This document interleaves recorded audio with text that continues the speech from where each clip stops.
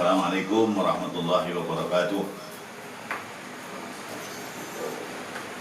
Alhamdulillah Rabbil alamin wa bihi nasta'in ala umuri dunya waddin.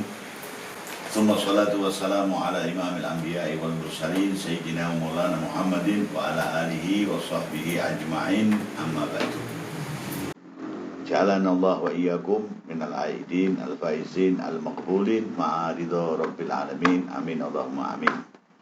Yang saya hormati Mas Mukawam, Mas Karting, dan semuanya yang tergabung di Zumairoh ini.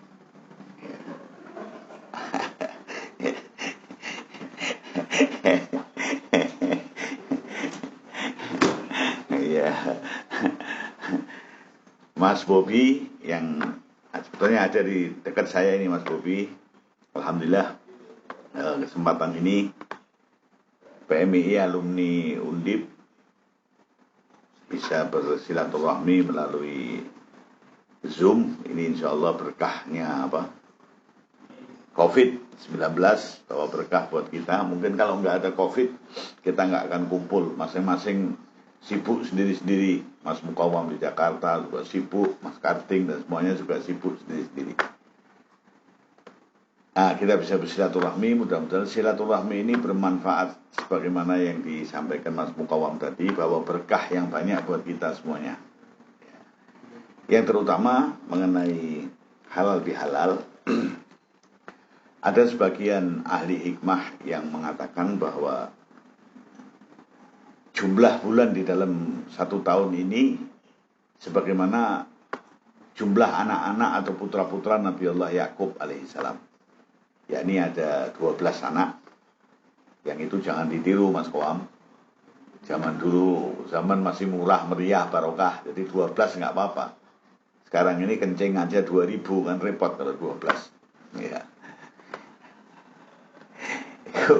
Kalau kencing bareng 12 itu udah repot ya. Nah, dari putranya Nabi Yakub yang 12 ini ada satu yang paling dicintai oleh Nabi Allah Yakub karena kebagusan akhlaknya, juga kebagusan wajahnya, yakni Nabi Allah Yusuf alaihissalam. Nah, perumpamaan para ahli hikmah juga begitu, bahwa dalam 12 bulan ini ada satu bulan yang paling dicintai Allah karena penuh berkahnya. Ini bulan apa? Ramadan, yang kita kemarin insya Allah sudah berpuasa, dan mudah-mudahan puasa kita diterima oleh Allah Subhanahu wa Ta'ala. Maka ketika kita berhalal bihalal, kurang lebih juga identik dengan Nabi Allah Yusuf. Kalau Ramadan kita umpamakan Nabi Allah Yusuf yang hidupnya itu penuh ujian. Hidupnya Nabi Allah Yusuf ini penuh ujian. Jadi dibuang oleh 11 saudaranya ke sumur, sampai menjalani ujian. Terakhir masuk penjara, baru kemudian Nabi Yusuf itu jadi pejabat. Jadi ini Nabi Yusuf masuk penjara dulu, baru jadi pejabat. Ya. Jangan pejabat dulu baru masuk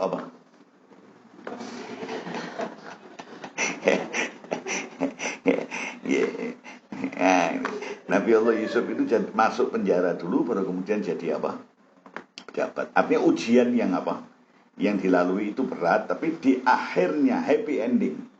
Di akhirnya Nabi Allah Yusuf ini menjadi raja. Nah, ini nantinya berkaitan dengan Ramadannya, yang berkaitan dengan halal bihalalnya. Para ulama ahli hikmah menyatakan bahwa ketika Nabi Allah Yusuf ini menjadi raja, dia tersohor sebagai raja yang adil, yang baik dan sebagainya, senang menerima tamu dan sebagainya. Nah, 11 saudaranya yang pernah jahat ini, yang pernah membuang Nabi Yusuf ini, mendengar berita itu. Oh, ada satu raja yang begini, suka menerima tamu, suka membantu dan sebagainya. Berkeinginan untuk sowan. Mereka yang bahwa kesalahan pernah membuang Yusuf ini nggak tahu bahwa yang jadi raja itu adalah Yusuf. Adik saudaranya yang pernah dibuang. Sowanlah 11 saudara ini kepada Raja Yusuf itu.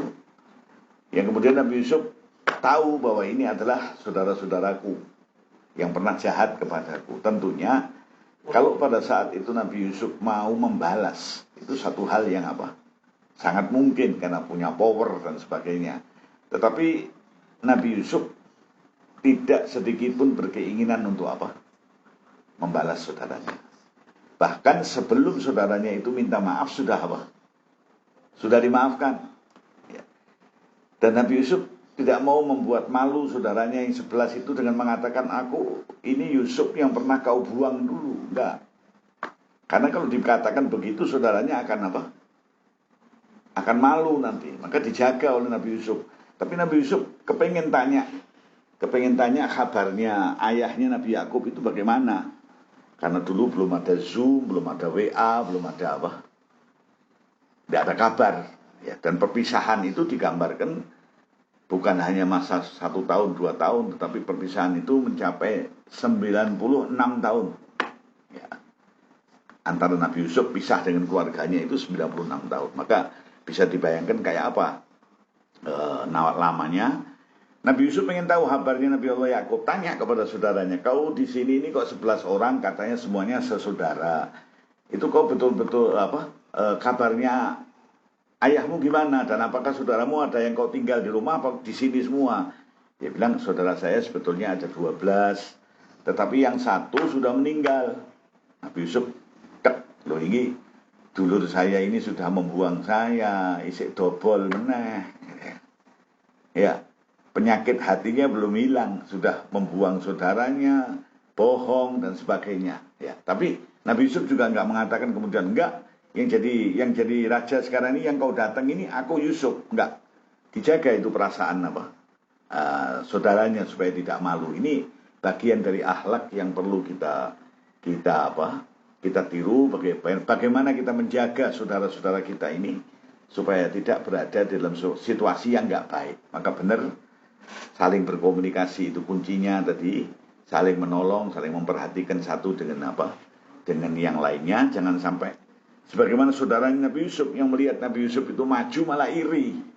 Ya, maka kader-kader, teman-teman PMI, teman-teman semuanya, kalau melihat saudaranya maju jangan iri. Maka sebisa mungkin ayo kita bareng-bareng mendoakan, mendorong, memotivasi supaya lebih maju. Insya Allah ini akan lebih positif di dalam perkembangan kita berbangsa, bernegara, dan ber-NU insya Allah. Ya. Nah, kemudian setelah Nabiullah Yusuf ini tanya, kalau ayahmu apa masih hidup? Dia bilang masih, tapi dalam keadaan buta, dalam keadaan lumpuh. Nabi Yusuf tahu, oh abah ini sakit, buta dan lumpuh itu karena susahnya berpisah dengan dengan saya. Maka Nabi Yusuf ingin memberikan kode supaya ayahnya ini yang buta dan lumpuh ini penyakitnya hilang atau insya Allah paling tidak berkurang. Dengan apa? Supaya abah itu tahu kalau saya masih hidup. Nah, bagaimana caranya? Nabi Yusuf menyelipkan bajunya ini di dalam salah satu kendaraan kendaraan saudaranya yang sowan itu, dengan harapan nanti abah akan tahu dari saya ini, dari baunya ini, dari baju saya ini bahwa saya masih masih hidup, dan nanti penyakitnya akan kurang atau bahkan bisa hilang. Ketika kemudian rombongan ini balik sampai di rumahnya Nabi Allah Yakub, Nabi Allah Yakub segera berdiri. Kelumpuhannya ini sembuh. Dengan mengatakan dalam cerita Al-Quran, inilah ajiduri hai Yusuf. Saya kok baunya anakku Yusuf. Nah, jadi kalau masih ada baunya itu insya Allah orangnya masih hidup. Nah, ini ilmu permambuan ini. Ya. Ilmu permambuan itu kalau masih ada baunya insya Allah orangnya masih masih hidup. Nah, ketika kemudian dicari sumber bau itu dari mana, sudah nggak lumpuh, sudah sembuh lumpuhnya. Dicari sumber bau ini dari mana.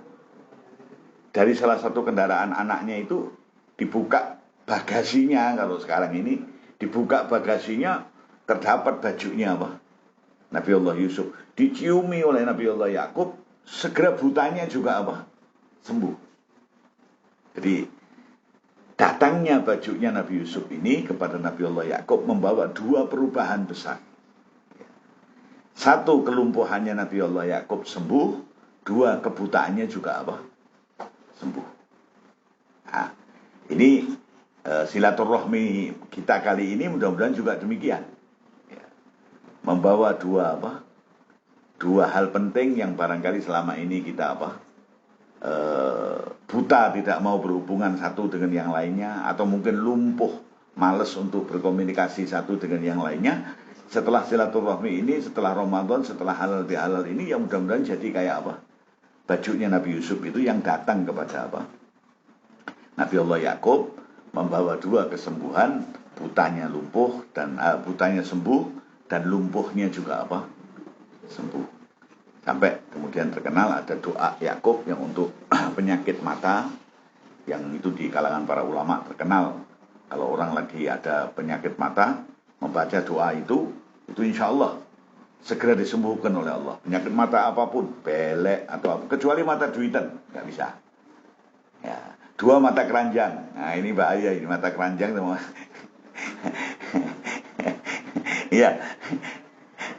Ya itu, mata keranjang sama mata duitan ini susah, ini nggak bisa nggak bisa disembuhkan dengan doa itu. Jadi bukan doanya, bukan doa Yakub, doa culek ini, ya. Kalau mata, alhamdulillah, ya. Kembali ke halal bihalal. Kalau tadi Nabi Allah Yusuf bisa, halo, ya. Kalau tadi Nabi Allah Yusuf, anaknya sapa kuwi? Kalau tadi Nabi Allah Yusuf bisa memaafkan saudaranya walaupun tanpa diminta. Ayo, sekarang ini kita juga demikian dalam berhalal bihalal, baik kepada sesama alumni PMI pada kesempatan ini maupun dengan yang lainnya. Saudara-saudara kita tanpa diminta pun, jika saudara kita punya kesalahan, ya kita dengan mudah untuk bisa memberikan maaf. Nah, karena kadang-kadang kehidupan ini bisa memang kesalahan yang memang salah, ada yang kadang-kadang kita salah duga. Dalam satu ungkapan dikatakan sebab dari berbagai hal yang terjadinya permusuhan, terjadinya konflik, terjadinya hal yang gak enak itu ternyata hanya terletak pada dua hal. Yang ini akan selesai kalau mau kita bersilaturahmi, mau kita berkomunikasi satu dengan yang lainnya. Apa dua hal ini? Satu, mafhumun la yuksadu. Yang kedua, wa maksudun la yufhamu. Ya. Jadi dua kesalahan ini sering munculnya muaranya di situ. Mafhumun la yuksadu. Kita paham sesuatu dari saudara kita yang sebetulnya dia tidak bermaksud itu, tapi kita punya kefahaman sendiri yang salah. Yang kedua, maksudun la yufhamu. Saudara kita punya maksud tertentu yang kita nggak paham, lalu gampang saja menyalahkan. Ini dua hal ini akan selesai kalau kita sering berkomunikasi, sering kita bersilaturahmi, akan selesai, dan insya Allah kedepannya akan semakin baik. Sebagaimana bajunya Nabi Allah Yusuf tadi datang kepada Nabi Allah Yakub, menyembuhkan kebutaan dan sekaligus kelumpuhan. Ya. Satu cerita yang barangkali bisa jadi penutup di apa yang saya sampaikan pada kesempatan ini. Kadang-kadang kesalahan itu memang salah hakikinya, tetapi kadang-kadang sesuatu yang dimaksudkan benar, kitanya yang menganggap itu salah. Ini terjadi pada saya ketika awal-awal pada waktu itu saya mau berangkat ke Surabaya dalam satu undangan pengajian. Dulu kita naik kereta. Nah, di stasiun Tawang itu dulu masih boleh merokok. Nih, saya lihat Mas Mukawam ini juga merokok. Barangkali prinsipnya sama dengan saya, Mas. Kalau saya ini kan setelah membaca tentang bahayanya merokok, saya berhenti membaca. Jadi bukan berhenti merokok saya. Ya. Jadi setelah membaca tentang bahayanya merokok, saya berhenti membaca. Ya, tetap merokok ya. Nah, waktu itu di ruangan itu masih boleh masih boleh merokok. Nah, saya ketika nyumet rokok, di sebelah saya ini ada anak muda. Ya. Anak muda ini ditanya oleh orang tua yang menurut saya maaf orangnya ini apa ya, bahasa Indonesianya sengau, bindeng. Tahu bindeng ya? Yang kira-kira orang kalau ngomong itu, ya. Orang tua yang tanya kepada anak muda ini bindeng, ya.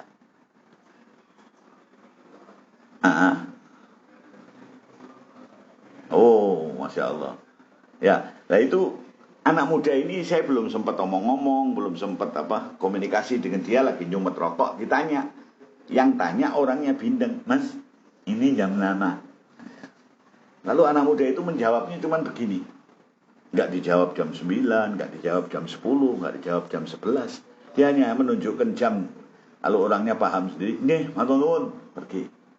Nah, ketika orang tua ini pergi, saya jawil, Mas, mbok sampean itu kalau ditanya orang tua gitu, tanyanya sopan, mbok dijawab jam 9, jam 10. Enggak dengan hanya cukup menunjukkan jam. Apa yang dia jawab sama saya? Nah, nanti kalau tanya jawab bisa tukaran. Ternyata dia juga bindeng. Dia juga sengau. Ya coba kita bayangkan, orang nggak kenal tanya jam songo, mesti dipukul mesti. Ya. Ternyata ya Allah, ini orang maksudnya benar, tetapi apa? Saya menganggapnya apa? Salah. Nah, ini kadang terjadi dalam kehidupan. Ya, makanya berhalal bihalal itu intinya yaitu hal-hal yang insya Allah mungkin ada yang dianggap maksudun, ya, bintang. Nah, itu, ayo bintang ketemu bintang. Dan kalau tidak kenal bisa tukaran nih. Ya, iya, Mas jam bintang jam songo, bisa pukul-pukulan itu. Menyek kowe ya. Nah, iya jadi. Ya, itu satu contoh. Nah, bagaimana kemudian nanti setelah berhalal bihalal ini saling kita memaafkan, saling kita mengerti dengan berkomunikasi, maksudun la yufhamu bisa hilang, wa mafhumun la yufsadu juga bisa apa? Bisa hilang.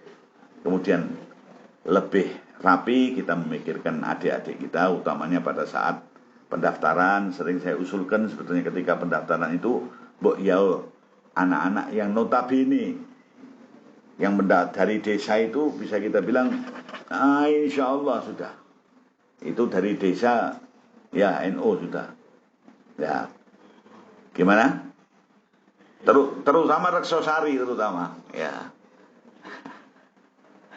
bagaimana bisa kita tampung, disediakan tempat, malamnya diajak istighosah ya, habis ujian monggo pulang, itu paling 1-2 hari selesai. Tapi dia sudah merasa kita ayomi, merasa kita lindungi, merasa kita punya saudara tua kita ini.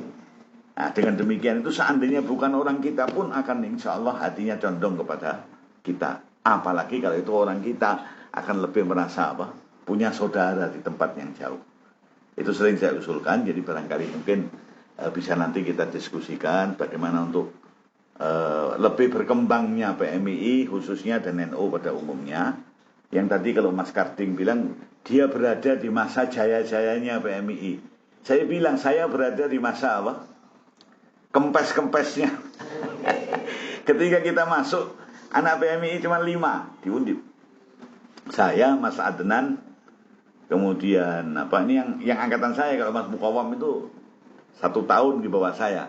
Tapi yang bareng saya itu saya, Mas Adnan, kemudian Mbak Muzayana itu sudah dosen dia.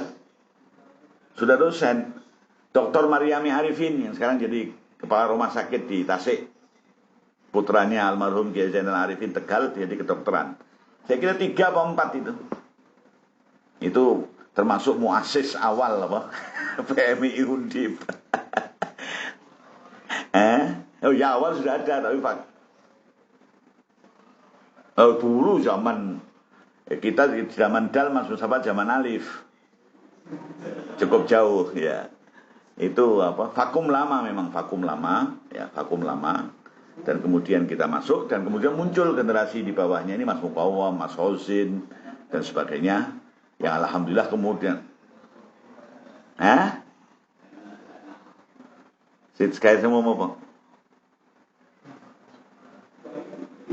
Oh, ampun ya, kamu ada cerita. Kalau sampai ada cerita, saya diceritain.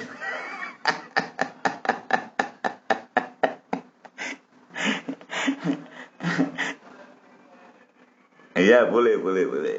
Saya kira itu, insya Allah mudah-mudahan kita satu sama lain saling memaafkan, saling memahami. Ya, tidak ada iri-irinan, tidak ada dengki-dengkinan. Siapa yang di atas melihat yang bawah, yang di bawah menghormati teman-teman yang senior yang di atas. Insya Allah ke depan akan lebih baik. Saya kira itu mudah-mudahan bermanfaat. Ja'alanallah wa iyyakum minal aidin al-faizin al-maqbulin ma'aridho rabbil alamin. Dan ini pas sesi saya menyampaikan ceramah ini juga dari web istilahnya ya, web kita elmehrab.com. Saya minta teman-teman juga orang kita nilai elmehrab.com. Itu kita akan berusaha menyajikan ajaran Ahlussunnah wal Jamaah kepada orang Jepang, orang Amerika, orang Perancis, yang dengan kita buat dengan sementara rencananya buat dengan 5 bahasa. Ya, mudah-mudahan nanti ditilihi, dibantu. Kalau sekarang usulnya nganggo subscriber ya di subscriber biar bisa maju bersama. Saya kira itu. Terima kasih. Wallahul muwaffiq ila aqwamit thoriq. Wassalamualaikum warahmatullahi wabarakatuh.